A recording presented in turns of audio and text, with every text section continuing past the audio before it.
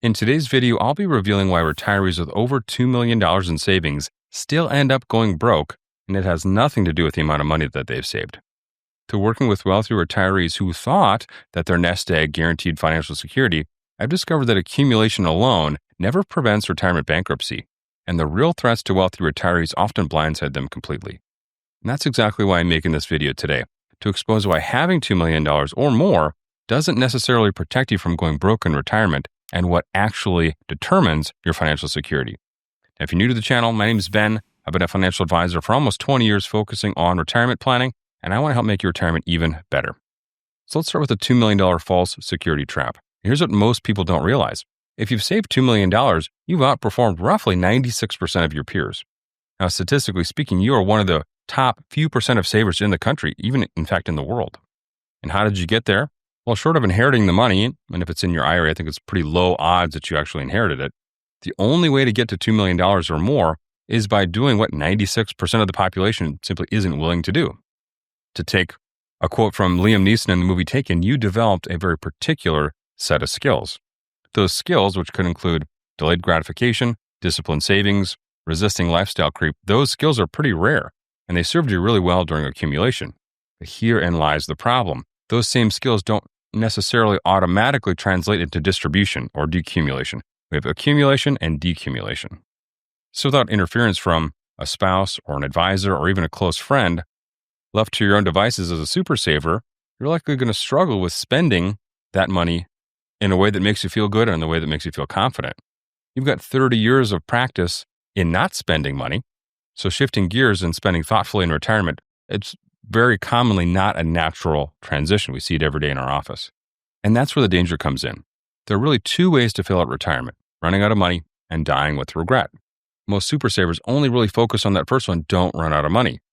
But just like when you were a kid, riding your bike downhill, staring at that one tree in your path at the bottom of the hill, what happens when you only focus on the tree? Well, you hit it, right? If you only focus on not running out of money, you risk hitting that tree, which is ending retirement with regret, because you never gave yourself the permission to enjoy the wealth that you worked so hard to build. That's the $2 million false security trap. It gives you confidence in your balance, but no confidence in how to turn that balance into a retirement that you actually enjoy. False security creates overconfidence, but the withdrawal strategy disaster shows how wealthy retirees can destroy their own portfolios. This is one of the most common withdrawal mistakes I see, and that is retirees chasing Affordable Care Act subsidies. Now, here's how it works. You might have $2 million sitting in your IRAs, but instead of touching that money, you deliberately keep your taxable income extremely low. Why would you do such a thing? Well, because if your reported income is low enough, the Affordable Care Act gives you thousands of dollars a year in premium credits. So instead of spending maybe several hundred or a few $1,000s each month for health insurance, you might only pay, let's say, $200. It feels like free money. But here's the trap. Every dollar that you don't take out of your retirement accounts in your 60s is a dollar that keeps compounding in those tax-deferred accounts. Well, of course, by the time Social Security kicks in and those RMDs, required minimum distributions, start, by the time you've got those IRMA surcharges, and maybe even by the time one spouse has passed away and then the survivor is forced into higher single tax brackets, you've accidentally created a retirement tax time bomb. Now, granted, between the time you retired and the time that you started Medicare, you did save a significant amount of money on your health insurance. But if we don't manage those deferred taxes in your IRAs properly, well, you could easily give it back 2 or 3 or maybe even 5 times over in future taxes. The short-term savings get overwhelmed by the long-term costs. This is why one-size-fits-all withdrawal strategies are so dangerous for wealthy retirees. Remember, you save more than 90% of the population. You're also going to pay more taxes than 90% of the population. We should probably have a plan for that, right? Without a coordinated withdrawal and tax management plan, right, what looks like smart savings on the front end, keeping your income low so that you can get some ACA subsidies, that could trap you into paying significantly higher taxes later. Poor withdrawal strategies destroy portfolios, but the lifestyle inflation trap shows how wealthy retirees overspend themselves into bankruptcy. Now, the hardest part about having $2 million is this: you can have anything, but you can't have everything. And that's where some wealthy retirees fall into the lifestyle inflation trap.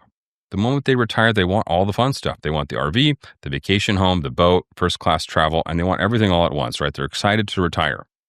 On paper, yeah, they can afford it. But in reality, those splurges often always come with ongoing costs, right? Insurance, maintenance, property taxes, storage, upkeep, whatever it is. And once those are baked into your retirement budget, remember we're on a fixed income now, those can quietly bleed your portfolio dry. And that's why I encourage clients to rent before they buy. You want an RV? Absolutely, but rent one first. Take the trip, learn how to handle those tight corners on somebody else's quarter panels and fenders, right? Make sure you love it before you spend $100,000 or $500,000 pulling that money out of your IRA, paying taxes on that money, and then just watching that RV sit in storage after 2 trips, right? Same thing with vacation homes, right? I live in the Midwest. A lot of our clients move south in the winter, wherever they're from, whether they're from the Northeast or the Midwest. Renting for a few months in town, wherever you're eyeing on living, that gives you data that you can use to make better decisions. Maybe you discover that you love Scottsdale instead of Gilbert, or you love Gilbert more than you love Scottsdale, right? I've seen clients buy houses too quickly, only to sell within 2 or 3 years. And by the time you rearrange everything, or you pay realtor fees, moving costs, taxes, that fast house turnover almost always guarantees a financial loss. You've got to own a house for several years before you can hope to break even in many cases, right? Especially with volatile markets like in Florida or in Arizona, where a lot of retirees end up. So with $2 million, you can buy almost anything, but you can't buy everything. And if you try to, well, that upkeep alone can become financially devastating. So rent first, gather data, figure out what you really like, and then make big purchases with confidence instead of regret. So now that you understand lifestyle inflation dangers, if you're wondering whether your spending plans could threaten your retirement security, go ahead and click on the link below and book a call with me. I'll analyze your specific situation to protect your wealth and plan your dream retirement. Now, what about healthcare? Healthcare costs are one of the biggest wild cards for wealthy retirees, and they can quickly consume even a $2 million portfolio. First, let's talk about Medicare premiums and IRMA. Now, as we talked about earlier in the video, if you defer taxes for too long, your RMDs, those required minimum distributions, can snowball, because each year the percentage that you're required to withdraw gets higher. And most of the time, probably 3/4 of the time, the markets go up, which means your larger account balance accounts for larger RMDs, right? Bigger account balance and getting a year older, right? That's the double whammy for making your RMDs go up every year. So those withdrawals show up as income, which then can drive your Medicare premiums higher and higher and higher. In some cases, retirees pay thousands more dollars per year for Part B and Part D because they didn't plan for some of those retirement withdrawals sooner. Second, there's long-term care. Now, in today's dollars, nursing home care can cost anywhere from $200,000 to $300,000 per year, or even in some cases, significantly more. Now, depending on your level of care is really, and where you live is where that cost differential comes from. Now, $2 million, you're in a pretty tricky spot. You might think, I can self-insure, but can you really cover 2 retirements with one portfolio, right? One spouse's care might cost $250,000 per year, plus the other spouse's living expenses. Doing both of those things at the same time, essentially planning 2 retirements with one portfolio, that can drain your wealth surprisingly fast. That's why people usually consider 2 paths, right? Number 1 is buying long-term care insurance. It can work very, very well, although premiums can rise with inflation over time, and you might not ever use your benefits, right? Could be a good solution, could not be. Ultimately, we won't know the right choice until we're looking in the rearview mirror, honestly. But the second way is to mentally allocate money for care. Now, super savers often set aside mentally $500,000 or $1 million in their portfolio, and they promise themselves they'll never spend below that line, which is a perfectly natural instinct. But what it does is it paralyzes your spending. And the result is, of course, you're going to miss opportunities to enjoy retirement because you're protecting that money that you may never need. We don't know.